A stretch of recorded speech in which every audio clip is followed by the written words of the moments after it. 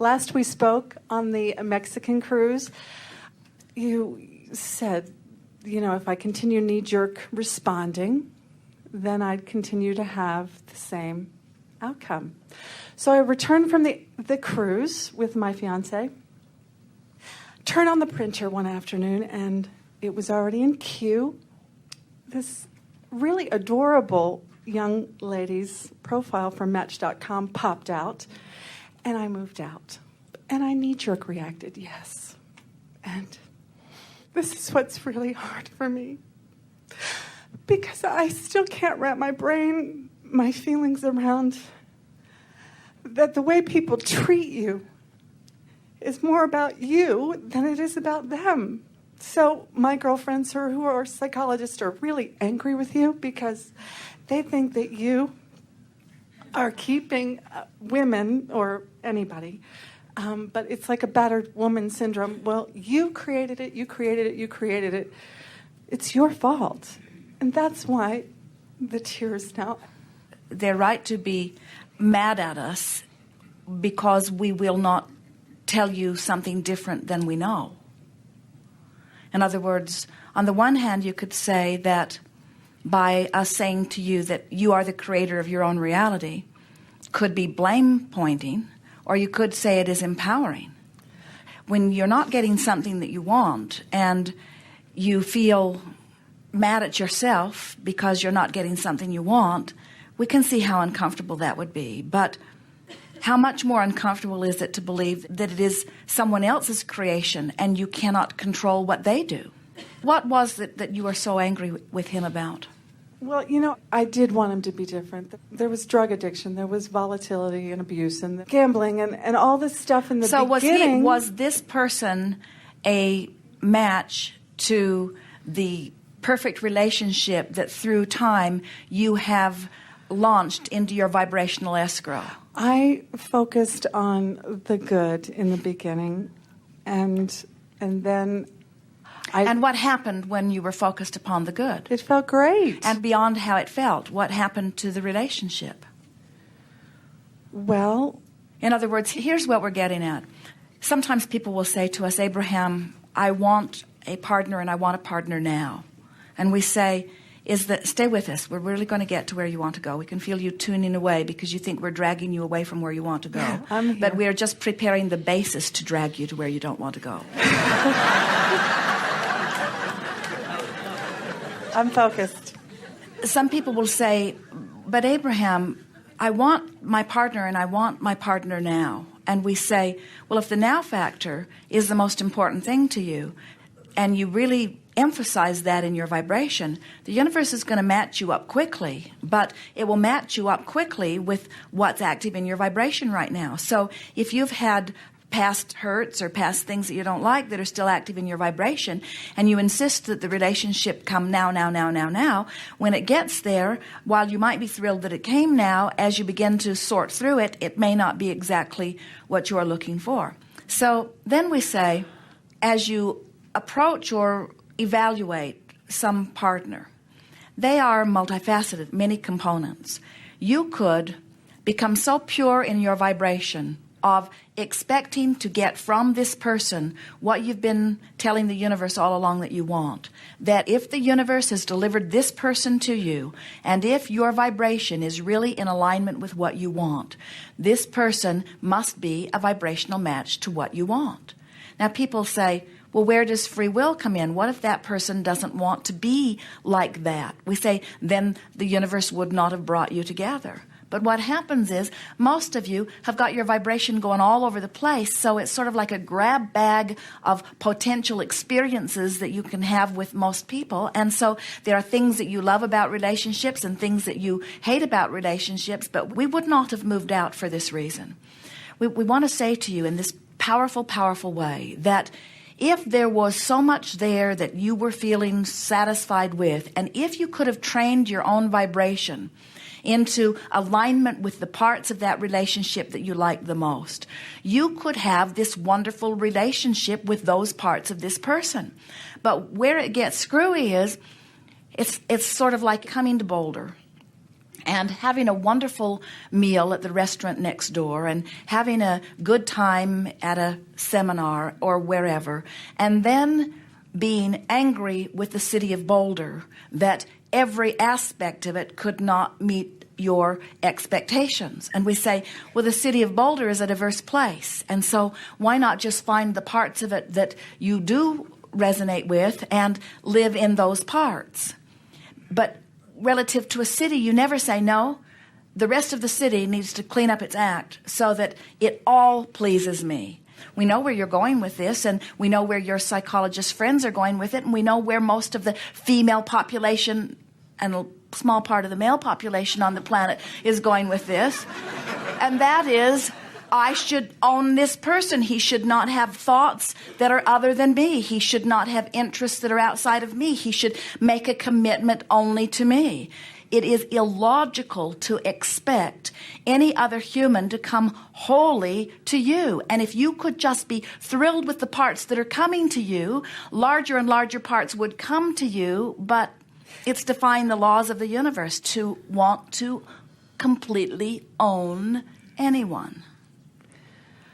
I so don't feel that I wanted to own him. And then why did it upset you when a piece of paper came out of a printer that showed... It was a culmination of, as I mentioned, drug addiction and abuse and gambling, and I wanted to look anywhere else. So where are you at here with this? I'm heartbroken, and I know that I failed myself. I failed. Heartbroken. And failed him. Heartbroken because... I guess it's the idea of... Heartbroken because I fell in love with parts of a person who had other parts I couldn't fall in love with. You hear that? He needed to be different for me to fall in love with all of the parts of him. Well, how disempowering is that? It's just baffling. I'm trying to get clarity here in that you say on one hand how someone treats you is about you so much more than it's about them. So maybe he wasn't violent with anyone else. That was my fault. And yet our wedding vows are to be, we'll see how it goes. Good feels good, bad feels bad. We'll just see how it goes. But then if we focus on one thing out of 6,000 that is good, 6,000 things that aren't good, then all the other things will drop away. So are you telling us that you met someone who had one good quality and 6,000 bad qualities, okay, and you developed a relationship with this person? I tried to focus on the good, but that went away when we got him sober, quite frankly, this chemistry and earth-shattering sex and yada, yada, yada. There was more than that. It was an adventure. It was thrilling. It was all these things. And so why are you heartbroken? Because I feel I've let myself down. But why are you heartbroken? When you use the word heartbroken, it's particularly pointed. What's it pointed at? Because I want this love that I dream, and I couldn't give it to him unconditionally. I couldn't love him through it. But hear what you're saying, and this is really wonderful. What you're saying is, over time, I've created what I consider to be the perfect relationship, and it's out there being held for me in vibrational escrow.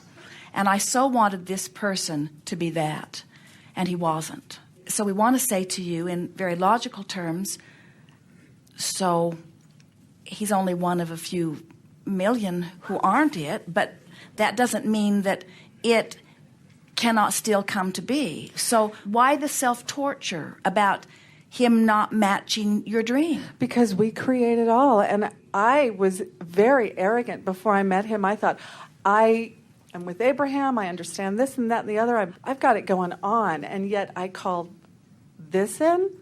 Hello? Well, it's Where just do I go from here? It's just part of that post-manifestational awareness that we're talking about.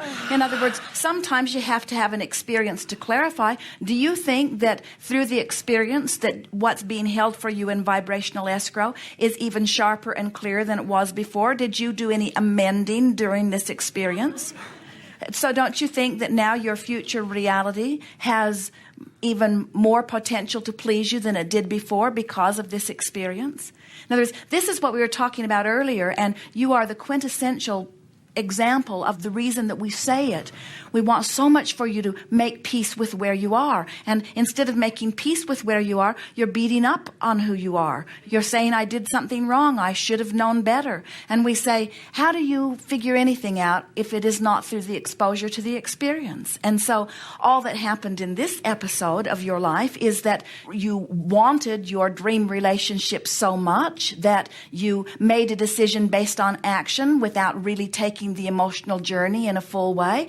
And there's no problem with doing that, because all that happened as it unfolded was that it showed to you that this wasn't a perfect match. That would be like Jerry and Esther from Phoenix on their way to San Diego and taking a wrong turn and heading off into the desert, and then being so mad at themselves that they headed off into the desert that they don't feel worthy of correcting their course and never getting back to San Diego, just spinning around out in the desert endlessly and saying, we're so bad. We should have known better. How did we do this stupid thing? And we would say, instead of beating up on yourself and running around in circles till you run out of gas or water, why not get hold of the map? Why not figure out what it is that you want? Why not get headed back in the direction of what you want? And that's where the making peace with yourself comes in. What you want to begin saying is, hey, I did the best that I knew how to do then, and I was so eager, and he did sort of trick me. He did pretend to be the person that I really wanted him to be, and I let my head lead me rather than my gut lead me. I let what I wanted be stronger than what I knew. I felt reservations. I felt plenty of reservations, but I so wanted this to be the one that I disregarded my reservations, and I went along with it, only to discover that when you disregard reservations, and there's really a reason for the reservation, the reason for the reservation gets bigger and bigger and bigger and bigger and bigger, because when there is vibrational variance between who I am and what I say I want and what I am allowing myself to have or be or do in this moment, my guidance system is always telling me that. So we can understand how you might be saying to us, I'm a little upset that I didn't follow my guidance better. And we say, how do you think anybody figures out how to follow their guidance? You watch a baby walk and fall down. You don't say, get up, you little dummy. You appreciate the effort, and you know that he'll gain his balance, and in time he'll be running and having a good time. And so when you don't go exactly the way you want to go, you got to stop saying, you stupid little dummy. You've got to start saying, hey, that was interesting. Now I understand more clearly what those feelings were about. And once it manifested, I can see the vibrational matches. And I just wanted so much to be a deliberate creator, and I wanted so much to get it right, and I wanted so much to get this one thing right that I've wanted for so long. And we say, you never get it done, and you cannot get it wrong. So you had some experiences that were uncomfortable. We understand that, and we do not wish uncomfortable experiences on you. But what we do know is that you've got to give yourself a break and say, hey, I attracted that to me because it was active in my vibration in some way, and now I got the full dose of what was active in my vibration. I think I'm going to do a little cleaning up of my vibration before I let the next one in.